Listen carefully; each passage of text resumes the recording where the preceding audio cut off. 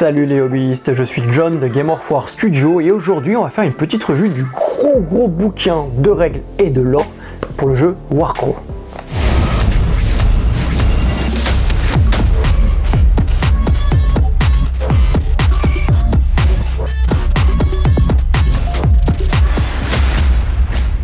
Alors je suis en pleine peinture des figurines de Warcraft, le tout nouveau jeu médiéval fantastique de Corvus Belli.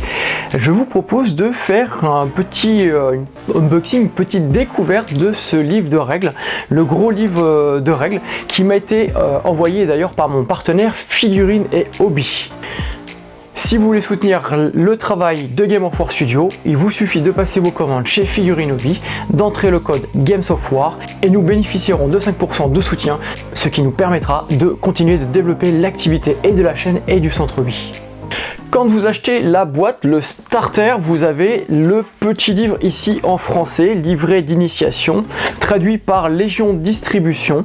La traduction est correcte pour les gens qui se posent des questions, la traduction est correcte. J'ai eu la boîte en avant cette phase donc par mon partenaire Figurines et Hobby, donc avec la version anglaise et française avec les cartes françaises. Donc j'ai pu comparer, la traduction est très bonne, il n'y a pas de souci à se faire là-dessus. J'ai lu quelques petits détails de gens qui disaient attention la trad etc ça peut être catastrophique. Non, pas du tout, je vois pas du tout pourquoi. D'ailleurs il y a eu des inquiétudes. Jusqu'à maintenant les gens de distribution ont fait du bon travail en matière de traduction sur les différents jeux dont ils se sont occupés. Je vais faire un petit avant-propos parce que c'est drôle. Quand Warcraft a été annoncé il y a quelques années et là récemment pour la sortie, j'étais pas plus hypé que ça au départ, clairement, pour vous le dire honnêtement, et c'est pas parce que je suis sponsorisé entre guillemets, puisque d'ailleurs c'est moi qui ai demandé au sponsor s'il y avait possibilité de faire quelque chose autour de Warcraft, parce que j'étais justement convaincu par le jeu, parce que Corvus Belli a cherché à développer. Parce qu'au départ en fait j'étais pas convaincu, je me suis dit un jeu médiéval fantastique de plus, un univers fantastique classique repris en fait grosso modo. Je me suis dit bon ok, un système de jeu en plus à apprendre alors qu'on en a tellement d'autres. Donc au départ j'étais pas tout à fait hypé par tout ça. Puis au fur et à mesure de m'y intéresser, de lire un petit peu tout ce qu'il y avait sur le site officiel, Corvus Belli a créé un site officiel, je me suis dit c'est quand même vachement intéressant et c'est quand même assez bien ficelé, et ça propose en fait une vision sensiblement différente et sensiblement novatrice. C'est ce qu'on va développer en regardant ce bouquin de l'Heroic Fantasy, des univers classique.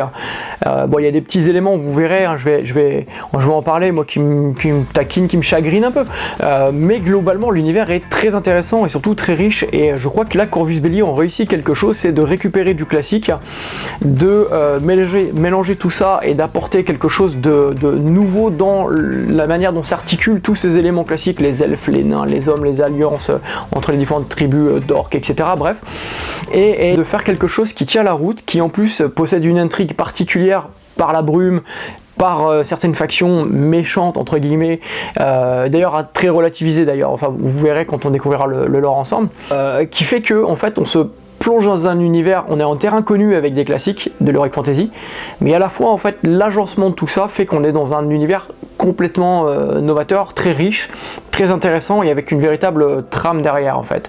Et c'est ce qui a pu être reproché par exemple du passage de Battle à Age of Sigmar. On a reproché à Game Workshop d'avoir pondu un truc un peu décousu, sans lien, avec un pseudo lore.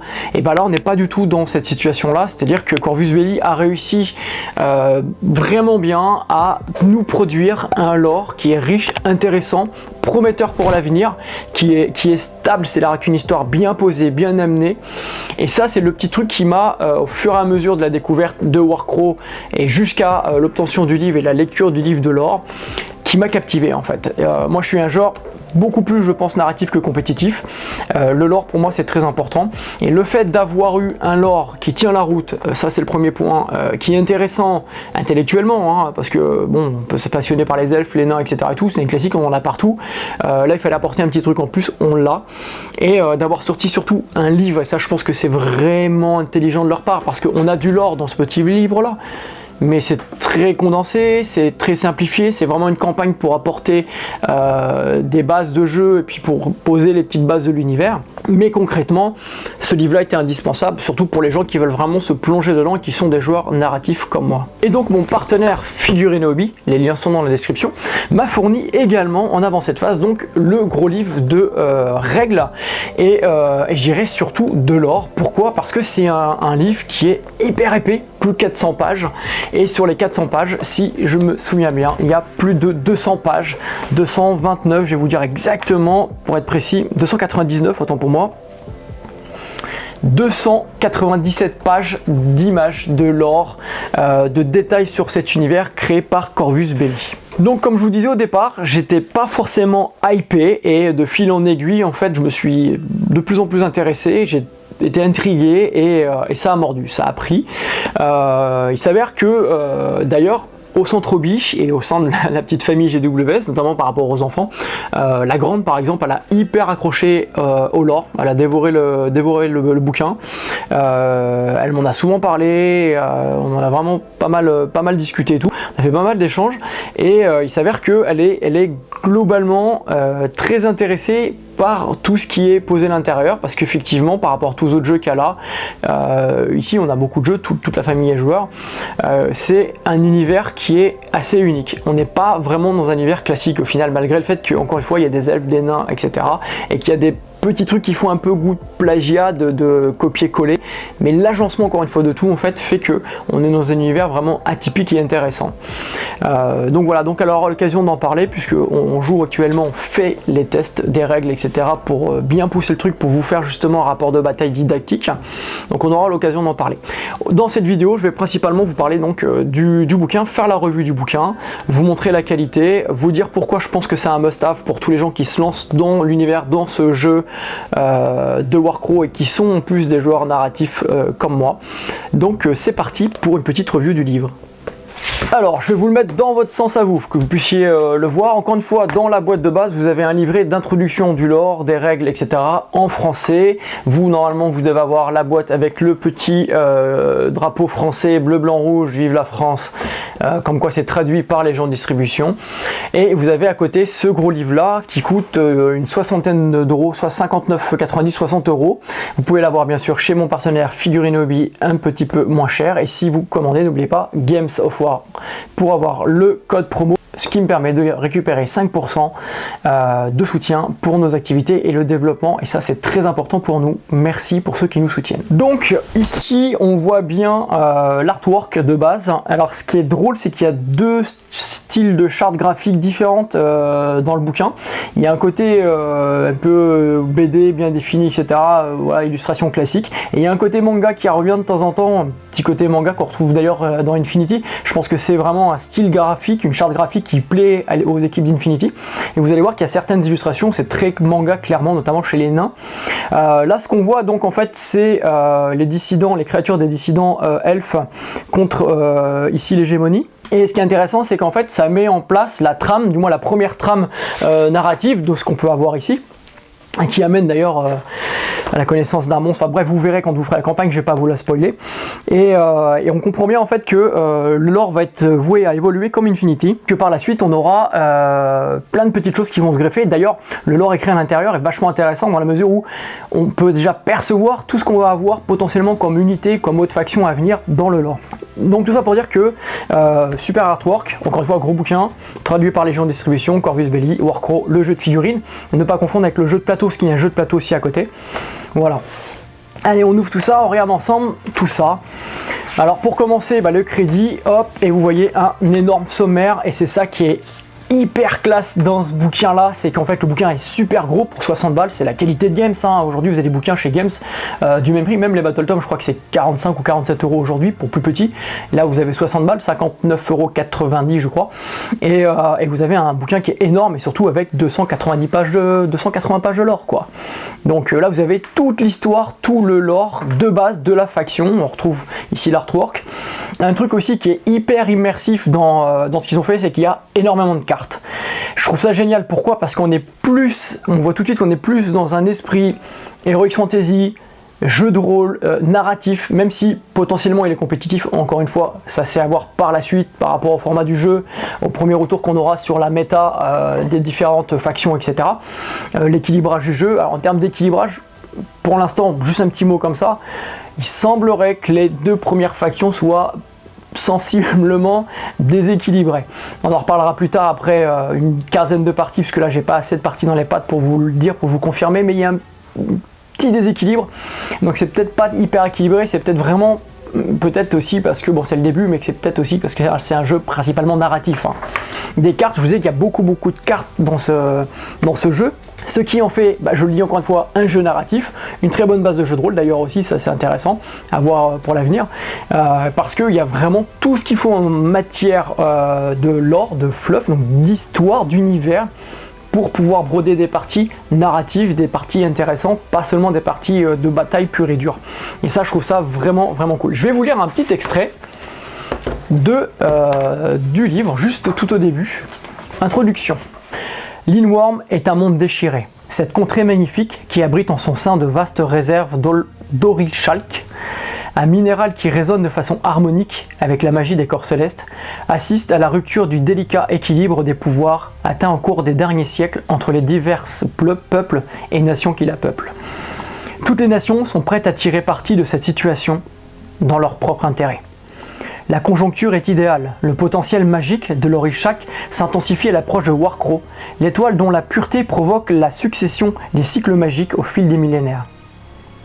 L'Inworm est dominé par ces cycles et les vastes énergies qu'il libère, comme en témoignent encore les vestiges d'une mystérieuse civilisation qui s'est élevée il y a des millénaires avant de disparaître mystérieusement. Mystérieusement, bref. J'aurais mis une civilisation énigmatique, bref. Ainsi que les traces de la guerre civile qui a mis fin à l'empire elfique qui lui a succédé. Alors ça c'est intéressant, en fait vous allez voir qu'il y a un empire elfique qui est disloqué, les grands méchants du jeu c'est d'ailleurs des elfes dissidents, il y a d'autres elfes un peu badass des forêts, mais on n'est pas du tout sur des elfes sylvains hyper cool, hyper gentils, en fait on est vraiment sur des bêtes de guerre quoi. Et il y a toute une trame dans l'histoire qui nous emmène à comprendre qu'il y avait un monde avant, que ce monde il s'est cassé la figure, qu'il y a des vents de magie extrêmement puissants, que tout le monde essaye de s'accaparer ce métal et ces vents de magie pour aujourd'hui établir une hégémonie, établir en fait une suprématie de leur confédération, leur peuple par rapport aux autres. Je continue. Depuis, le monde a changé. Les sociétés humaines se sont répandues sur une grande partie de son territoire, constituant 2 grandes puissances, l'hégémonie d'Ambersig et le Feudum. Le Feudum, c'est les royaumes féodaux. Les nains ont consolidé et accru le territoire d'Avremont, leur grande nation. Les elfes Sienans, alors la prononciation, vous me pardonnerez, vivent dans l'immense grande forêt, un grand classique, des elfes qui vivent dans une forêt, un vaste territoire qu'ils peuvent traverser rapidement grâce à leurs portails magiques. Les elfes qui passent à travers la toile avec des portails. Les orques et les varanques sont descendus des terres du Nord pour faire ce qu'ils font de mieux, chasser, piller et combattre. L'Alliance marchande, on n'a pas encore de faction, on a l'histoire, un petit peu de fluff et tout, mais on n'a pas encore de faction de figurines visibles pour l'instant. L'Alliance marchande étend ses réseaux au fil des grandes routes commerciales et ses contacts avec les peuples de l'Orient. Là c'est pareil, il va y avoir une faction, elle est déjà nommée et autres, pour continuer à accroître son influence et son pouvoir. Et les héritiers de Yalda Baoth, c'est les elfes dissidents avec les grosses bestioles dégueulasses. Jadis simples petits groupes de mystérieux et inquiétants agitateurs ont commencé à se multiplier, conspirant dans l'ombre pour laisser leur empreinte sur le monde sous la protection de leur redoutable seigneur. Voilà, d'emblée, on voit que la trame est posée, un univers magique, une grande civilisation disparue, des civilisations aujourd'hui qui se battent pour prendre le pouvoir. Donc là, c'est le cadre. Le monde, c'est l'Inworm. À côté de ça, c'est rajouté un élément, The Fog, le brouillard. Et le brouillard, ça rajoute aussi une trame particulière. Je vous lis un petit extrait. Le brouillard. La brume sinueuse qui recouvre la surface de l'île d'Asai, comme si elle essayait consciemment d'engloutir complètement les territoires Feud qui l'occupent. Feud. C'est la même substance éthérée, donc énergétique, mystique, mystérieuse qui serpente, telle une mer souterraine sous les cités naines. Une terreur nébuleuse qui peut apparaître là où se dressent des pierres étranges, des spirales mystérieuses et des cercles couverts d'herbes. Ça fait référence à l'ancienne civilisation et en fait, grosso modo, excusez-moi l'expression, toute la merde qu'il y a, elle est en lien aussi d'une avec l'ancienne civilisation, qui n'est pas une civilisation elfique, de deux avec l'ancienne civilisation elfique qui s'est éclaté en plein de morceaux. Et là-dessus, il y a les humains, d'autres elfes, les nains, etc., qui ont émergé, les orques, et qui ont pris possession du monde. Mais à la base, il y avait une très grande civilisation, la civilisation elfe, qui forme la base de cet univers. Et voilà, ça peut vous rappeler un petit peu du Battle, du Warhammer ou du Tolkien. On en reparlera plus tard, mais effectivement, ça ressemble un peu à ça. Mais dans le déroulé de l'histoire, vous verrez que c'est sensiblement différent. Personne n'a encore compris comment et pourquoi le brouillard existe, même s'il est de plus en plus fréquent et malvenu. Chaque jour, de nouveaux habitants de Lindworm découvrent que le brouillard... Chaque jour, de nouveaux habitants de Lindworm découvrent que le brouillard, avec sa couleur rougeâtre caractéristique, imprègne l'air et apporte l'horreur, la mort et le sang, et un goudron épais et onctueux. Ça fait un truc un peu à la Silent Hill, etc. C'est un truc qui arrive, qui se pose, qui coule sur les murs, qui rend le monde complètement irréel en fait. Les chevaliers et prêtresses de Fodum trouveront-ils un moyen de le dissiper? Donc Fodum lutte clairement contre le brouillard et contre les créatures qui apparaissent. Les héritiers de Yaldabaoth parviendront-ils à en percer les mystères? Eux ils s'intéressent parce qu'ils veulent maîtriser la magie. Les cités souterraines d'Avremont seront-elles submergées par cette brume sinistre? Parce que eux ça remonte par en dessous chez eux. La population est en plein essor de l'hégémonie. Donc sera-t-elle dévorée par cette saleté rougeâtre? Alors grosso modo, ça l'attaque de plein front, ils ont plein d'hégémonies, ils ont plein de petites colonies, et ça attaque à plein d'endroits, et ils font face à ça sans vraiment savoir ce que c'est. A priori, les plus au fait, au départ, c'est les feudums, c'est les royaumes féodaux. La grande forêt pourra-t-elle résister à sa présence écrasante? Les orques et les varangues devront-ils continuellement faire face à l'engeance qui en est issue? L'engeance, c'est les monstres qui débarquent en fait dans les terres du Nord. L'Alliance marchande doit-elle aussi se préparer à voir cette présence étouffante et inattendue émerger sur ces territoires? Parce qu'eux, ils sont dans le sud, ils n'étaient pas encore trop touchés par tout ça, et là ça commence à débarquer chez les orientaux et à mettre le bazar. Tout peut arriver alors que les nations et les peuples de Lindworm défendent leurs frontières, cherchent des trésors et préparent leurs troupes à affronter tous les ennemis qui les menacent. En cette période, la turbulence est la plus terrifiante de l'histoire. Ouais, c'est un classique quoi, on cherche des trésors, on cherche à s'enrichir, à dépasser les limites, voilà, le cadre est posé et classique, c'est ce que je disais, c'est qu'au départ on est sur un truc classique. Ce qui est intéressant c'est la manière dont c'est agencé après, la manière dont les différentes races vont agir et dans la manière dont on va percevoir les différentes races, parce qu'en fait on n'est pas du tout sur un truc classique au final. Ce ne sont plus seulement les adversaires des différentes nations qui constituent une menace, mais aussi des êtres étranges et des créatures terrifiantes qui ont commencé à apparaître à la surface du monde. Sans oublier ce sinistre brouillard qui s'insinue et se répand comme un souffle prêt à se délecter de toute trace de vie. Voilà, donc ça c'est le brouillard. Donc là, en fait, avec les deux lectures que je vous ai faites, je vous pose le contexte, le climat général de Lindworm. On entend parler des différentes races, différentes peuplades qu'il y a et des enjeux. Grosso modo, c'est aujourd'hui comprendre ce qui se passe avec le métal, l'étoile, les forces de magie, comprendre ce qui se passe avec le brouillard, bâtir une hégémonie des différentes peuplades pour subsister dans un monde qui commence à rentrer clairement en guerre mondiale, si je puis dire, avec les différentes races, et lutter contre toutes les créatures, les monstres comme ça qui commencent à débarquer, en sachant que dans le lot il y a Yaldabaoth qui eux veulent s'accaparer les pouvoirs du brouillard et comprendre un peu mieux parce qu'ils servent un destin sinistre, et puis il y a cette histoire d'ancienne civilisation qui est encore un peu inconnue, et des elfes, le royaume des elfes qui s'effondrait, le pourquoi du comment vous découvrirez là-dedans. Donc je vais vous replacer ça dans le bon sens, que vous puissiez voir correctement le bouquin, les cartes, beaucoup de cartes sur les différentes batailles qu'il y a eu, les routes commerciales, les échanges, il y a une grosse... alors si vous connaissez un peu Infinity avec l'histoire de la route de la soie, avec l'islam, etc. et tout, on voit bien que dans l'équipe de Corvus Belli, il y a des gens qui sont clairement intéressés par la culture orientale, le soufisme, la route de la soie, les échanges qu'il y a eu sur la route de la soie et la route des épices, et en fait ça reprend aussi dans ce livre-là, ça reprend un petit peu de la perception idéaliste, artistique de cet univers oriental, et qui est reposé dedans la perception qu'ont certaines personnes de l'équipe de Corvus Belli. D'ailleurs, je serais très intéressé de savoir qui est cette passion-là, parce que moi, ça me passionne aussi cet univers-là, enfin, l'univers de la route de la soie, de toute cette région, de toute cette histoire. Et on retrouve vraiment cet état d'esprit transféré dans ce bouquin, l'état d'esprit donc qu'on a dans Infinity, dans ce bouquin-là. Là, beaucoup d'artwork avec des dessins, beaucoup de photos aussi des armées, des très belles figurines. Alors elles sont bien peintes, c'est propre et tout. C'est pas transcendant, c'est-à-dire que là pour le coup on n'est pas sur de la peinture top niveau en fait de concours, on est sur une belle peinture tabletop avec les belles couleurs bien, bon il y a quand même un peu plus que tabletop quand même. Il y a des beaux ombrages, les visages sont bien travaillés et tout, mais c'est accessible, c'est ça qui est cool, c'est qu'ils n'ont pas fait des trucs de fou. Voilà, la Légion Noire, donc là c'est l'hégémonie. les artworks. Alors je vais passer les détails de chaque faction. Je pense que c'est mieux de faire en fait du lore à proprement parler sur chaque faction, ce que je vais faire sur la chaîne. Je vous laisse regarder les différentes images. La magie est vraiment au cœur de Linworm, donc de Warcraw. Et du coup, vous allez voir, il y a beaucoup de choses qui parlent de la magie, des capacités de magie. D'ailleurs, dans le jeu aussi, et vous verrez dans le livre de règles par la suite, quand on fera l'expli partie, vous verrez que c'est hyper important la magie, la prise en main de la magie. Je pense que c'est quelque chose qui est nécessaire de bien gérer, de bien maîtriser pour maîtriser le jeu. Ça ne sera pas qu'un jeu où on va se taper dessus classiquement. Et la magie est hyper importante. Vraiment, ça c'est un truc à méditer. Différentes photos aussi. Il y a beaucoup d'organigrammes sur les événements historiques, etc. Encore une fois, beaucoup de photos. Alors, je vous dis, regardez un petit. Là, clairement, on est sur un style un peu manga. Et le bouquin, la charte graphique du bouquin, elle alterne entre un côté BD classique et un côté manga. Et ça, je trouve ça très cool. On trouve encore une fois la patte, voilà, type classique, en revanche c'était type manga. On retrouve encore la patte qu'ils ont, la passion de l'équipe de Corvus Belli, qu'on a trouvé dans Infinity, on va le retrouver en fait dans Warcraw, et ça je trouve ça hyper cool en fait d'avoir les mêmes inspirations, la même manière de percevoir certains univers et de le retranscrire dans un univers d'Heroic Fantasy. Beaucoup de cartes, beaucoup d'éléments apportés au niveau du fluff, c'est vraiment hyper riche et c'est pas si manichéen, si basique que ça en fait quand on découvre le fluff. Donc j'étais assez étonné par rapport à ça. Le Hetman en fait c'est un nom à la base d'un chef, c'était pour les Cosaques ukrainiens, qui sera Ataman pour les Cosaques russes d'ailleurs historiquement.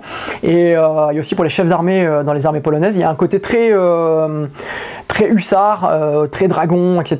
dans la légion, donc les légions noires de l'hégémonie d'Umbersig. Et un côté très pays de l'Est que je trouve vraiment bien. C'est une alliance d'elfes, de nains et d'hommes, donc très Warcraft hein, clairement. C'est super sympa, regardez, alors là, ce que je disais, regardez, un côté manga, un côté classique. Vous êtes sur deux illustrations, deux pages, deux styles différents, ça cohabite très bien. Du coup, ça peut permettre de parler à des gens qui aiment plus le côté manga que le côté classique. Je trouve ça très bien. Je pense qu'ils ont eu du mal à trancher sur voilà, classique. Ils se sont pas foulés énormément sur les décors. Honnêtement, les décors, c'est du moyen. J'ai même vu, celle-là j'adore, je vais refaire exactement, je vais faire une table exactement pareil, parce que je kiffe. Déjà, je kiffe le milieu grand mort, etc. Mais là, ça me donne envie de faire une table. D'ailleurs, c'est en cours de préparation, on a acheté le matériel pour. Je voulais vous faire une belle table pour Warcraw. Donc je disais quoi? Je disais oui, les décors, on a vu pas mal de décors qui sont recyclés, qui viennent de chez Zitardes, qui proposaient des décors en polystyrène à l'époque. Belle photo, les nains, peinture classique, hein, tout ce qui est plus classique, les nains, je pense que ça va pas être compliqué à peindre. La figurine collector, cette figurine là que vous pouviez avoir en collector pour les précommandes du starter set, du bouquin, etc. et tout. Et du coup, moi j'ai pas pu l'avoir par mon fournisseur, mais je l'ai eu par une autre manière. Merci d'ailleurs. Du coup, je vais pouvoir vous la montrer à la suite. C'est un Varank en fait qui change.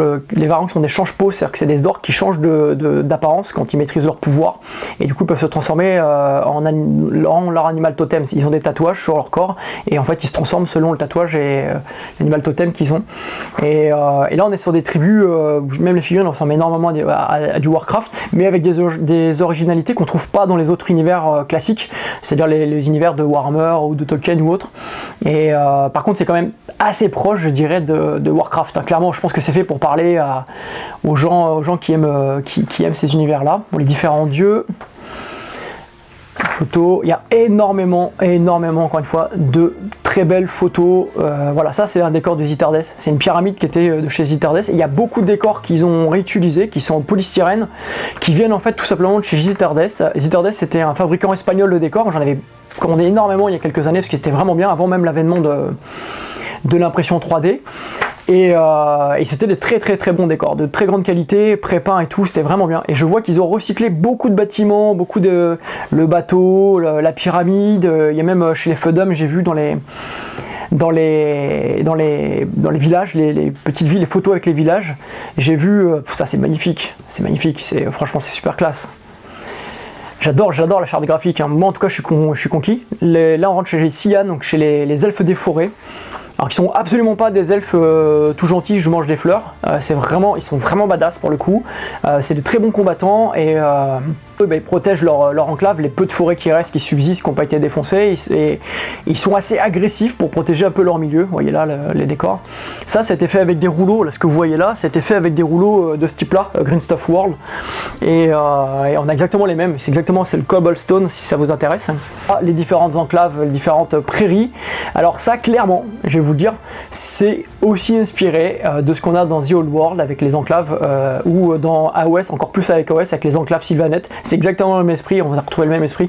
Ce qui fait que ce jeu-là, par son côté classique, à la fois va pouvoir parler à tout le monde, et par ses spécificités, va permettre de récupérer des joueurs d'à droite à gauche. Je trouve que c'est vachement bien fait. D'ailleurs, je me suis posé la question de la proximité de Warcraw, Warcry, le mot, hein. Warcraw, Warcry, pour un référencement, tu tapes les premières lettres, tu tombes aussitôt sur Warcraw ou sur Warcry. Je me suis posé des questions. Les orques, ils chevauchent des wargs. Le prince elfe s'appelle Nuada. Nuada, c'est qui? Et en plus, ils disent qu'il n'a pas eu de jumeaux. Ils naissent tous avec des jumeaux, mais lui, non. Dans Hellboy, vous avez le prince Nuada qui naît avec sa jumelle, avec qui il est relié. Et bah là, dans cette histoire, c'est un prince elfe qui a la même tête que Nuada dans Hellboy 2, et le film notamment, et qui lui n'a pas eu le droit à sa jumelle. Donc il y a pas mal de petits trucs, ça fait, je dirais pas plagiat, mais disons inspiration bien montrée. Est-ce que c'est un hommage, un clin d'œil, ou est-ce que c'est rien à foutre, on y va. Bref, il y a plein de petits trucs comme ça où clairement ça rappelle tout de suite des univers connus et on n'est pas perdu. Alors bien ou pas bien, je vous laisserai juger, donnez vos avis dans les commentaires. Donc là, les elfes, encore une fois, les elfes. Toc, il y a des elfes un peu typiques avec des ailes et tout. Je la trouve magnifique. La fée clochette, clairement, elle a craqué pour cette faction, c'est la faction qu'elle attend pour débuter Warcraw. Ensuite, les héritiers, donc Yadalba, c'est les elfes de l'ancienne civilisation qui sont séparés, qui sont dissidents, qui font des complots, puis qui font des créatures bien dégueulasses. Alors l'esthétisme de la faction, il faut qu'elle plaise, hein. C'est vraiment clairement c'est la faction de méchants, entre guillemets. Et je dis de méchants, pourquoi? En fait, tout simplement parce que quand vous allez plonger dans le lore, vous allez comprendre ce qui a fait qu'ils ont fait séparation, vous allez comprendre pourquoi ils en sont là où ils en sont, qu'est-ce qu'ils font avec la maîtrise de la chair, etc.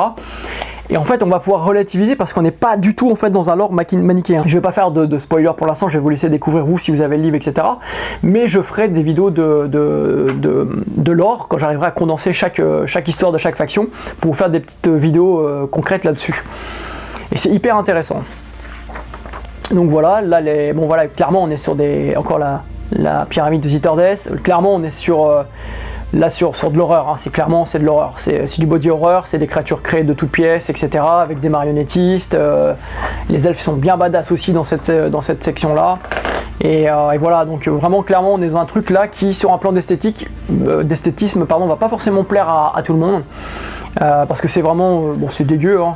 C'est des monstres un peu tout. Ceux qui aiment bien le chaos, les trucs un peu particuliers, les marionnettistes, je pense que ça leur plaira. Pour les autres, je pense que vous passerez à votre chemin, parce que vraiment il y a un esthétisme très particulier. Voilà, le fameux prince Nuada, c'est carrément le même nom, la même écriture, Nuada, et ils disent qu'il n'a pas de sœur, etc. Il est blond, une grande épée, le même style. C'est vraiment copier-coller sur le lore en fait de Hellboy. Clairement, on est vraiment dans le même truc. Voilà, donc c'est bien, c'est pas bien. Encore une fois, j'en sais rien, je me positionne pas. Mais moi, je me suis demandé si c'était bien ou pas bien, si c'était du plagiat ou pas, si c'était de l'aspiration ou de l'hommage. Bref, j'arrive pas vraiment à me faire un avis. En tout cas, c'est bien amené, c'est amené de manière intelligente. Donc pourquoi pas. Vous, qu'est-ce que vous en pensez? Vous trouvez qu'est-ce que vous pensez de ce que vous avez pu lire, de ce que je vous présente, de ce côté un peu, voilà, des petits éléments récurrents qui ressortent, qui rappellent d'autres univers. Les Feudum, alors là clairement ça a été la claque pour moi. Quand je me suis intéressé à Warcraw, je me suis dit, ouais, quelle faction que je vais faire? Il y en a pas mal, c'est sympa. Au début, je me suis dit, bon, les Yaldabaoth, ok, ça peut changer parce que je sais qu'ici, il y a beaucoup de mal dans le cercle de joueurs, il y a peu de personnes qui jouent des méchants, entre guillemets. Donc je me suis dit, bon, bah, je vais prendre cette faction, on va voir ce que ça donne et tout. Et après, quand il y a eu la boîte de base, avec mon partenaire, donc Figurine et Hobby, je me suis dit, bon, allez, je prends lesquels, les orques ou autres. La fée clochette voulait les orques, mais finalement, quand on a vu les elfes, elle dit, non, mais moi, je préfère clairement les elfes. Et du coup, c'est ma grande qui a pris cette faction-là, et moi, j'ai pris les orques. Mais c'était pas transcendant, c'était bien, j'aime bien le côté Varank, le côté change pro, etc. et tout. Par contre, c'était pas transcendant pour moi. Et j'ai découvert le lore en fait des feudums. Et là, en fait, j'ai adoré. Pourquoi? Parce que pour ceux qui connaissent King of War, il y a un côté basiléen. C'est le côté pur, angélique, la chasse contre le mal, etc. Le code d'honneur, le chevalier et tout. Moi, la chevalerie, c'est quelque chose qui me parle particulièrement. Et puis le côté un petit peu sœur de bataille, inquisition, vous verrez dans le lore, il y a vraiment un truc. En fait, vous prenez l'Inquisition, vous prenez les sœurs de bataille, vous prenez les Basiliens de Kings of War, vous mélangez tout ça, vous secouez bien, vous mettez un gros côté chevalier tout beau, tout propre, et vous avez les feudums. Alors, on aime ou on n'aime pas le côté lore lissé, mais en tout cas, moi j'ai craqué, vraiment, j'adore le lore du feudum. C'est vraiment le lore qui m'a séduit. Et après, en regardant les figurines, en tournant les pages au fur et à mesure et tout, je me suis dit, waouh, c'est cool, c'est vraiment sympa. Ils ont une bonne histoire, c'est vraiment. Pour moi, ça serait les vrais gentils en fait du jeu. Si on devait être manichéen et tout, ça serait les vrais gentils du jeu. Pourquoi? Parce que, bon, ok, c'est des colonialistes aussi, hein, moins qu'Umbersig, mais voilà, ils ont des territoires qui défendent, qui colonisent et tout. Ils luttent, ils ont vraiment une espèce de vocation pour lutter contre le mal et faire en sorte que ça se passe bien.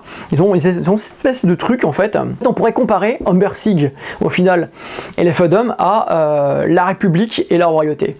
Les feudums, ils ont des chevaliers, un code d'honneur, un truc, une croyance religieuse extrêmement forte. Les Umbersig, c'est plutôt une espèce de conglomérat de république en quelque sorte, avec un principe, le capitalisme, l'enrichissement. Et en fait, on pourrait comparer cet esprit-là. Alors bien sûr qu'il y a de l'enrichissement aussi chez les feudums, je dis pas qu'il n'y a pas d'histoire de fric là-dedans, mais en fait, on est vraiment sur deux critères culturels différents. Voilà. Et c'est ce qui m'a plu, moi, ce côté, voilà, leur croyance profonde ancrée, leur foi, la manière de se battre contre le mal, etc. J'ai trouvé ça vraiment bien. Et ils ont une histoire très riche. Alors pour ceux qui aiment les Bretoniens, ça va rappeler aussi clairement un peu la Bretonie, sauf qu'il y a ce côté un peu chasseur de sorcières, inquisition, magicien très puissant, etc., qui lutte contre le mal. Eux, ils cherchent à savoir d'où vient cette histoire de brouillard et à l'annihiler, pas s'en emparer. Et c'est ça qui est intéressant. Les fauconniers, il y a une figurine. Voilà, là, le bien contre le mal, combat. Le bien contre le mal, c'est clairement ce qui se montre chez les feudums, avec leurs ordres de chevalerie, leurs ordres de chasseurs de sorcières, de démons, etc. Vous allez voir, c'est quelque chose qui est c'est génial. Moi, j'ai adoré l'esthétisme. Clairement, l'esthétisme, j'ai trouvé absolument génial. Et j'adore le style. Il y a vraiment un style qui est très intéressant. Encore cette fameuse pyramide de Zitterdes. C'est vraiment, en plus, on pourrait faire la même, on pourrait copier le truc. Voilà. Et ce qui m'a fait craquer, c'est ça. Franchement, j'ai trouvé extraordinaire la figurine. Je me suis dit, waouh, mais je la veux en fait. Je la trouve super belle. Et quand on lit le lore, on comprend qu'il y en aura d'autres. Il y aura d'autres choses, il n'y aura pas qu'un élément. D'ailleurs, le lore est hyper intéressant parce qu'on va vous parler de machines de guerre, etc. En fait, au fur et à mesure que vous avancez, vous découvrez les prochaines unités qu'il va y avoir, le potentiel du jeu. Il y a plein de choses qui se mettent en place grâce à la lecture du lore. Bref, on revient sur lui. J'ai trouvé absolument magnifique. Je me suis dit, ouais, c'est absolument extraordinaire. Alors, bien sûr, on est sur du griffon, il va y avoir de l'hippogriffe, enfin bref, différentes choses. Et on est sur un classique. Ça reprend un classique, clairement. Hein. On pourrait dire ouais, de l'Empire ou des Bretoniens ou autres. Mais la manière dont c'est amené, les postures, la qualité de la figurine, etc. En espérant que le Siocast ou leur version de plastique là ne soit pas trop merdique. Elle est prometteuse, elle est vraiment belle. La figurine est vraiment belle. Donc je suis super content. Bâtiment d'arrière, Zitterdes. Donc encore une fois, c'est un vieux bâtiment de Zitterdes qui a été utilisé. Et donc voilà, donc super mise en place. Regardez le dessin fauconnier avec le drapeau, avec ça. C'est très proche du phénix des Basiléens. C'est vraiment très très proche. Donc vrai, il y a une petite inspiration, encore une fois. Bon, je ne vais pas en discuter pendant 3 ans, mais il y a une petite inspiration. Les Avremont, donc c'est pour les nains, c'est les grandes cités naines. Et les grandes cités naines, c'est quoi? C'est tout simplement des très très grosses cités sous terre, dans la montagne, etc., où il y a la brume tout en bas, et c'est pété de thunes. Voilà, je vais être clair, c'est de l'or, c'est de la machinerie, ce sont des ingénieurs, ce sont des combattants. On retrouve là tout le classique du nain, en fait, vraiment. Et d'ailleurs, c'est ce que disent les orques. Les orques décrivent les autres races dans le lore. Et grosso modo, ils disent clairement que les humains, ils n'ont pas de parole, on peut pas compter sur eux, que les elfes ils sont pernicieux, que les nains ils comptent que sur l'argent, il n'y a rien d'autre que le profit qui compte pour eux. Donc c'est drôle, on retrouve vraiment les classiques, et là effectivement le classique du nain, il y est, hein, c'est-à-dire le nain mineur, le sous-terre, on retrouve vraiment, vous voyez, à l'entrée d'une mine et tout, on retrouve vraiment le grand classique du nain dans ce jeu-là, avec la petite pointe de Warcraft, hein, bien sûr, parce que c'est quand même, je trouve que c'est très inspiré quand même de Warcraft. Là, les différents métaux, en fait les nains utilisent les métaux, les différents métaux pour obtenir différentes particularités donc métallurgiques mais aussi énergétiques, et on vous décrit tout ça, tout est expliqué sur l'artisanat du métal. Et les nains, grosso modo, c'est un peu aussi les mercenaires du jeu, parce que c'est eux qui fabriquent des trucs à tout le monde, qui vendent, et puis bon, il y a la guerre qui se passe et ils alimentent les conflits, quoi. Alors, il est fort probable, ils en parlent dans le jeu, qu'on ait des mechas aussi pour les nains, il y a plein de trucs intéressants qui sont amenés dans le lore et qui disent clairement que le jeu est prometteur dans son développement futur. Voilà, beaucoup de cartes encore une fois, des cités volantes, énormément de cartes, vous allez voir c'est vraiment très riche en cartes, c'est vraiment bien pour se plonger dans le jeu, c'est hyper narratif, Zitterdes encore une fois. Et voilà, pour les décors, hein, je parle, c'est vraiment, ils ont recyclé tous les décors Zitterdes, ils n'ont pas fait le décor eux-mêmes, ils ont vraiment tout recyclé les décors qu'ils pouvaient avoir Zitterdes. Le côté manga, je vous le disais, il y a vraiment un côté manga dans la charte graphique, et chez les nains c'est quand même extrêmement présent. Chez les nains on le retrouve vraiment dans les dessins qui sont proposés. Alors je crois que c'est elle là qui est là. Vous voyez, il y a vraiment un côté manga quoi, et il y a deux styles graphiques qui se... Là on est plutôt sur un peu plus classique, mais pas très loin, deux styles graphiques qui se côtoient dans le bouquin. L'Alliance Marchande, bah, on en parle, mais à ma connaissance, j'ai pas vu de figurine encore officielle dessus, enfin de boîte de faction prévue. Et on va nous parler aussi des terres des Orientaux dans l'Alliance Marchande. Alors clairement, eux, ils sont très typés, voilà la carte, ils sont très typés, vous voyez, ça fait vraiment penser à l'époque à l'Italie, le Moyen-Orient, même au niveau de l'architecture, je sais plus c'est sur laquelle, c'est là, regardez au niveau de l'architecture, on est quand même sur quelque chose entre le côté italien et le côté oriental classique. Donc voilà. Voilà, et donc on termine là-dessus, et il y a très peu de choses, hein. L'Alliance Marchande, regardez, ça fait une, voilà. Donc ça veut dire que c'était inclus dans le livre, comme quoi il va y avoir, on va vous en parler, ça va venir, mais que c'est pas pour tout de suite. Donc en fait, grosso modo, c'est du teaser quoi. Et on nous parle aussi d'une autre faction orientale qui était intéressante d'ailleurs dans le fluff, et le lore est intéressante.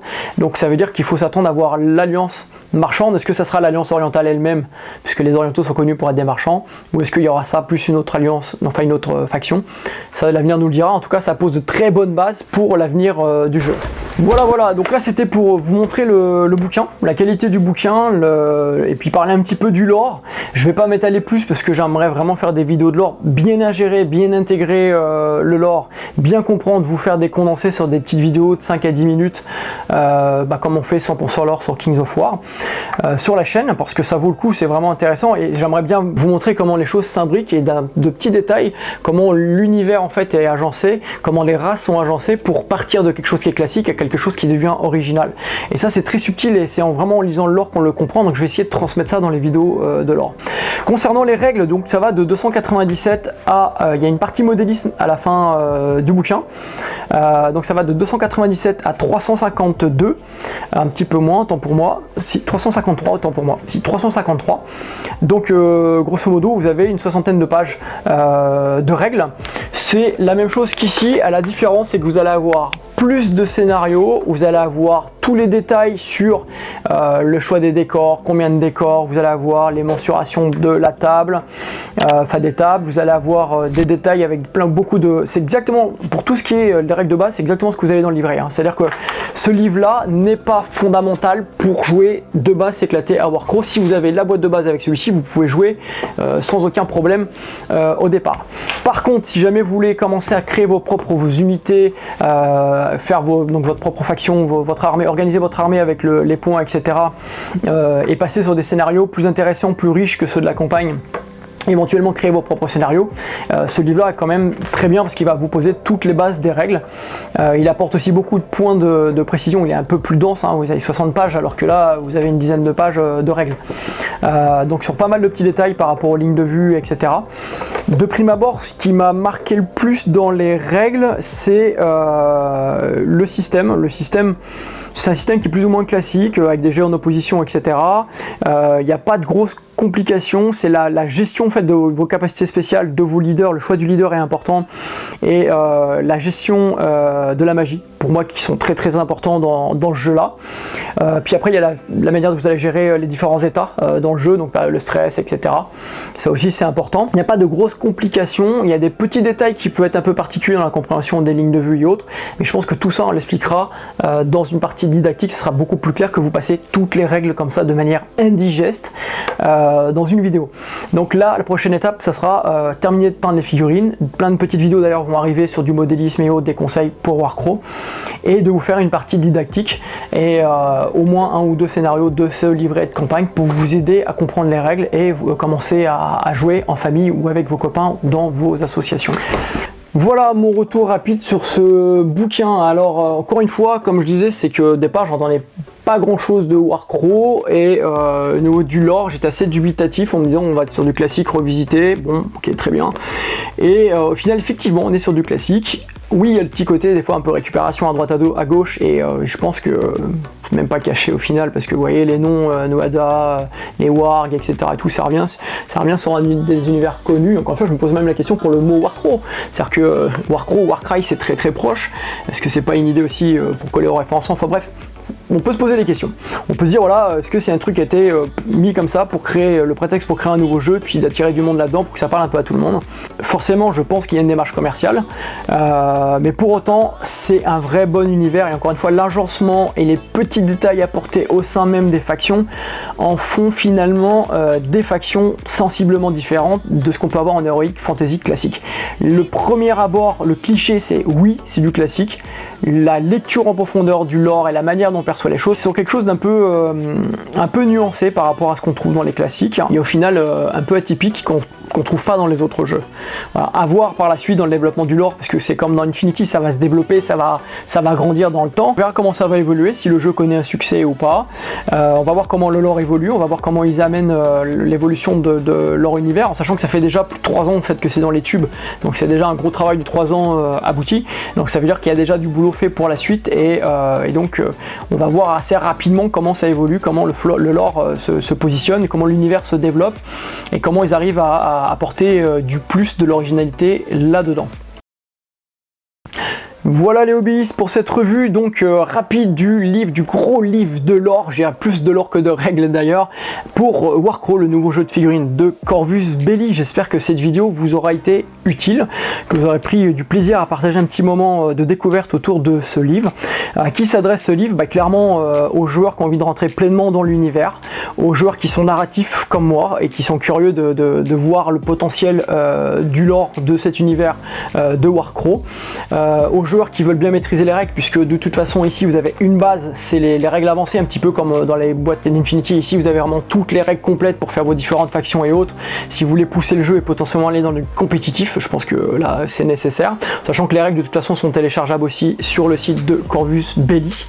Si vous voulez soutenir la chaîne, n'hésitez pas à commander chez Figurines et Hobby, mon partenaire, et à utiliser le code Games of War qui nous permet de retoucher 5% de la valeur de votre commande. C'est du soutien en fait que nous donne Figurines et Hobby, et ça nous permet nous de développer l'activité de la chaîne, du centre hobby, et de vous faire un maximum de partage autour de nos passions, le hobby, le modélisme, la figurine et le wargame. C'est tout pour aujourd'hui les hobbyistes, et en attendant je vous dis à bientôt.